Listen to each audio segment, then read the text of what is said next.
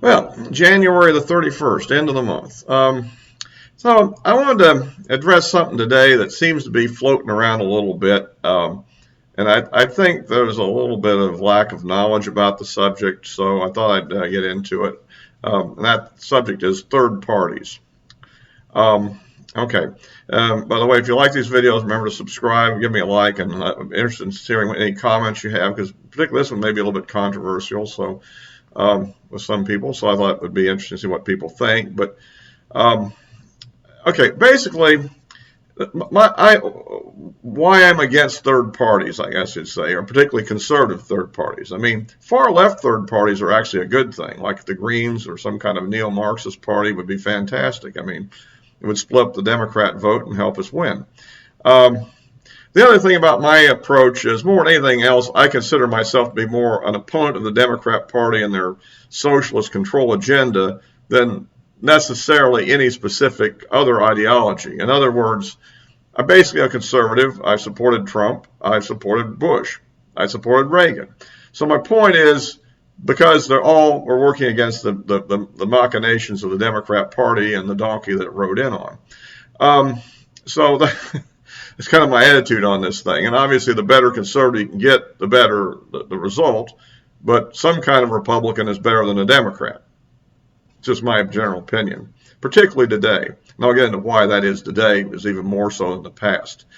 But okay, here's the thing about third parties. Let's say we had this third party form now.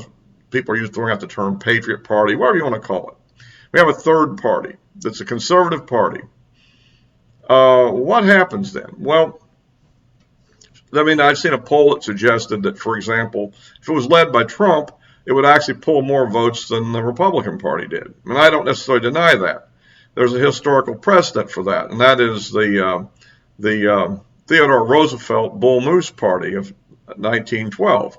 Actually did exactly that. You had a former president, very charismatic and popular, who was denied the nomination of the Republican Party, went independent with his own group, and actually beat the Republican candidate Taft in the general election.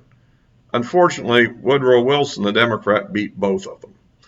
And that's what would happen here, too. More recently, Ross Perot, another person, had an interesting idea that maybe we ought to quit, all this incredible deficit spending. A notable idea. Where are we now?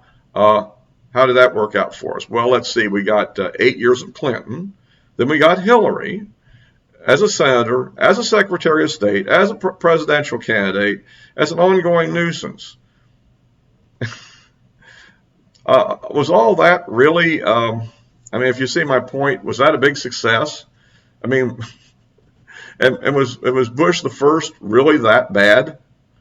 May not have been that great. He did some things I liked. He did some things I really didn't like, actually. But the point is, but overall, he was a heck of a lot better than Clinton, and he was a heck of a lot better than some other alternatives. So the point is, in reality, in real politics, you have to deal with the reality, or else you're just destroying your own interests. So, in other words, if Trump really were to literally form a third-party effort and run in 2024, it would almost guarantee the election of the Democrat candidate, whoever that happened to be. And the question is, why to go to all that effort when we can just lose the Democrat anyhow without all that effort? Basically. In other words, it's a failed idea. Now, if you have a movement like the Tea Party movement or maybe the Patriot movement, and it's basically an insurgent movement within the Republican Party, that can be potentially a good thing. If you can take out certain, weaker candidates and replace them with stronger conservative candidates, that's certainly a notable thing. However, there's a caution even on that, and it's the following. Let's say that, for instance, somebody successfully primaried Collins up in Maine this last year. Well, we just have another Democrat senator from Maine. So that wouldn't do you any good, because another thing that's very important, particularly in the legislative bodies, is who has the majority in the body. That's very, very important. And even if one or two senators, Collins or Romney or Murkowski, really annoy the hell out of you for what they do, you have to realize they are contributing to a Republican at least tie, which has given us, I guess, a sharing relationship with equal numbers of people on every committees, although the Democrats have all the chairs and have the leadership, which is better than the Democrats having an actual majority and a majority on every committee. So, I mean, in some scenarios, you may find a particular bill where one Democrat will go with a Republican on the committee about the sub-details of a piece of legislation and make it better than it otherwise might have been, for instance. And this is the kind of thing we're dealing with. And then we have to also look at where we are in history right now. We are on the edge of real trouble. We don't have 8 years to build a new party movement. I mean, you know, when the Whig Party went away many, many years ago before the Civil War, the Republican Party was formed as, if you will, a third party, which eventually replaced the Whig Party. Within 6 years, they actually had the presidency with Lincoln. But the point is, you know, we don't have, in my opinion, 6 years. The things that are going to affect the future of this country are happening right now in the next 4 years. Will the Supreme Court get rigged to be a liberal bastion? Will new states be added to help the Democrats secure their Senate majority for the long term? Will basic rights like the Second Amendment be obliterated? These are the things that are in play right now. They're not in play 8 years from now, particularly. Right now they're in play. And that's why I think it's quite important to not get into divisiveness. And that while we have to unite behind the Republican Party, and what we have to do is not go off with a fringe movement. What we have to do is contact our people in Congress, Senate, and House and tell them what we want. You know, there's a website, and you can call, leave messages, send emails. And I seriously suggest you do that. Of course, be polite and professional. Remember, don't do anything. Don't act. You know, I mean, you don't want to say anything that's going to get you into any suspicion. Let's put it that way. You have to just address them respectfully like you would anybody in authority, but tell them what you want, because after all, they're there to serve you. You know, you don't have to be angry or anything like that. Just state what you want. Make it very clear in the first sentence or two what it is you're saying, because who thinks they're going to read much beyond that unless they happen to find your prose fascinating. The title of often they let you put a title on the email. The title may tell the message right there. You know, vote against Bill H.R. 1, for example, which is one we definitely want them to vote against, which is a Democrat seizure of political power bill, as an example. And that's the kind of thing that people need to start doing. And I would seriously suggest, if you have the resources, to make some limited financial contributions to the Republicans. Because here's the thing: right now you've got these companies that are pulling back and saying, "Oh, we don't want to give to any Republican that challenged that election." That's an opportunity for the grassroots to start having a little bit of clout. Money talks in politics, and if everybody gives $10, $20, something like $25, whatever, that actually makes a big difference, in my opinion. And so I think that's an important thing, because, you know, I mean, I'm not suggesting anybody give large amounts of money, and obviously there's a pandemic, and anybody that's out of work and barely getting food, obviously no. You know, wait to a better time. But I'm saying in general, people that aren't in that situation need to consider this. Maybe one reason why these institutions have such clout is because that's where the money is.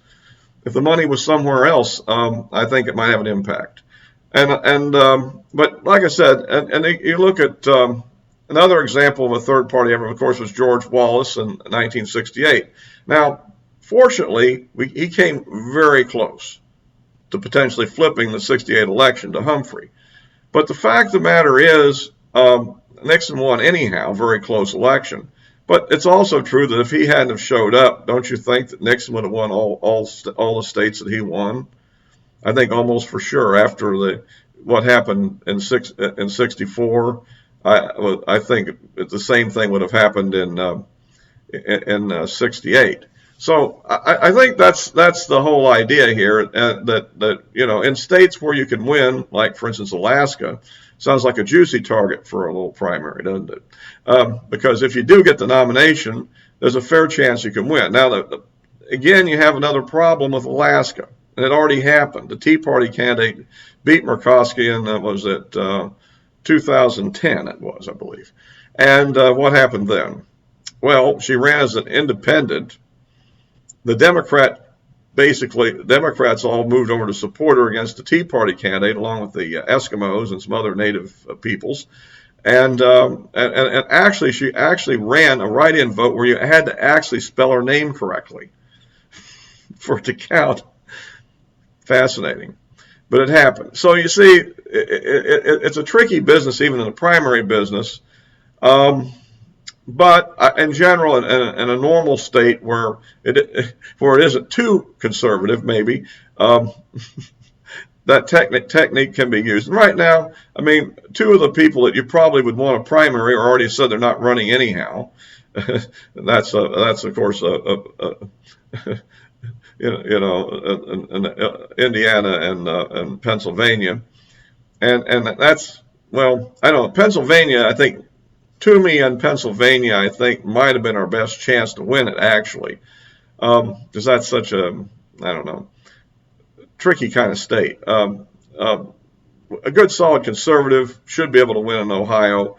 And of course, we're going to have a bit of a challenge in North Carolina, but again, it's an off election with the Democrats holding the majority, so that gives you a bit of an advantage, provided, of course, we can overcome some of our current difficulties, such as really kooky election law changes and social media and the main media's incredible bias, which could backfire on them at some point, since they obviously being to sound so dogmatic, like they're a state media of a regime rather than just a certain media in a free country.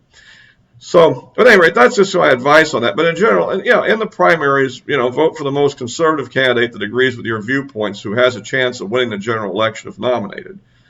For instance, I mean, Liz Cheney may very well suffer that fate in Wyoming. After all, probably the Republican would win in Wyoming in general, unless the Democrats get really tricky. And she kind of went a little far there, I think, with her whole polemic against Trump. And even the people that just voted against him and didn't do a polemic are in a lot of trouble, I think. So, silly thing to do was not, but that's why the Democrats pushed the impeachments, trying to divide the Republican Party and getting us fighting each other. I think they knew from the outset that the conviction was very unlikely, but I think they were hoping to create as much division as possible. Well, anyway, that's kind of my viewpoint. And just look at it this way. Let's say you have a third party. Look at the numbers real quick. What do you think? The Democrats may be, or at least going to get 45% of the vote. And the Republican Party isn't going to go away. And your third party is probably going to have very little play at the lower levels, state and local levels. It's going to be basically more of a national thing around a charismatic figure, probably. They almost always are. And so what ends up happening, the Republican Party is still going to be in the game and is going to get what? Oh, I don't know, 20, 25% of the vote at least. And let's say this other guy beats them and gets the rest of it, comes in third. It still is a win for the Democrats electorally. And so there is a case in the governorship where Jesse Ventura won the governorship of Minnesota on an independent play, a very close vote, I think like 37%, and the Democrats and Republicans split the rest, and somewhere in the mid-30s also. And what was the result? Once he got in office, it was a one-term thing, and basically both parties tried to work against him.